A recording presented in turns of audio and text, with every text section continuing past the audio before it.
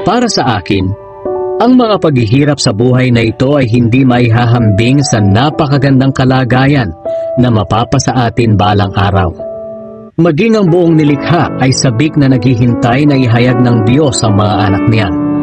Sapagkat ang lahat ng nilikha ng Diyos ay hindi nakaabot sa layuning para sa kanila.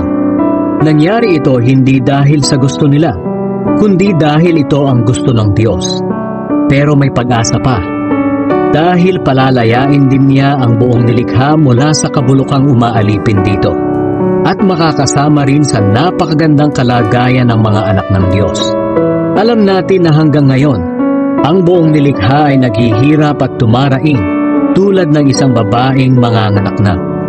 At hindi lamang ang buong nilikha, kundi pati tayong mga tumanggap ng banal na Espiritu na siyang unang kaloob ng Diyos, ay dumaraing din habang naghihintay tayo na matubos ang ating mga katawan at mahayag ang ganap na katayuan natin bilang mga anak ng Diyos. Ligtas na tayo at naghihintay na lang na maging ganap ang kaligtasang ito. Umaasa tayo dahil wala pa ang inaasahan natin. Aasa pa ba tayo kung nariyan na ang ating inaasahan? Pero kung ang inaasahan natin wala pa, maghihintay tayo ng may pagtitiyaga. Tinutulungan tayo ng banal na Espiritu sa kahinaan natin. Hindi natin alam kung ano ang dapat nating ipanalangin.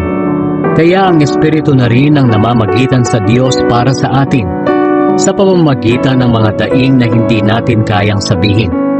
At ang anumang nais sabihin ng banal na Espiritu ay alam ng Diyos na siyang sumisiyasat sa puso ng mga tao, sapagkat namamagitan ng banal na Espiritu para sa mga mananampalataya kung ano ang ayon sa kalooban ng Diyos.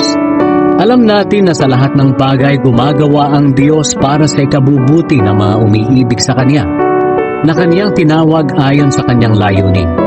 Sapagkat alam na ng Diyos noon pa man kung sino-sino ang Kanyang magiging mga anak, at sila'y itinalaga niyang matulad sa Kanyang anak na si Jesus, para siya ang maging panganay sa maraming magkakapatid. Kaya nga ang mga taong pinili ng Diyos noong una pa ay tinawag niya para maging Kanyang mga anak. At ang mga tinawag niya ay itinuring niyang matuwid. At ang itinuring niyang matuwid ay binigyan niya ng karangalan.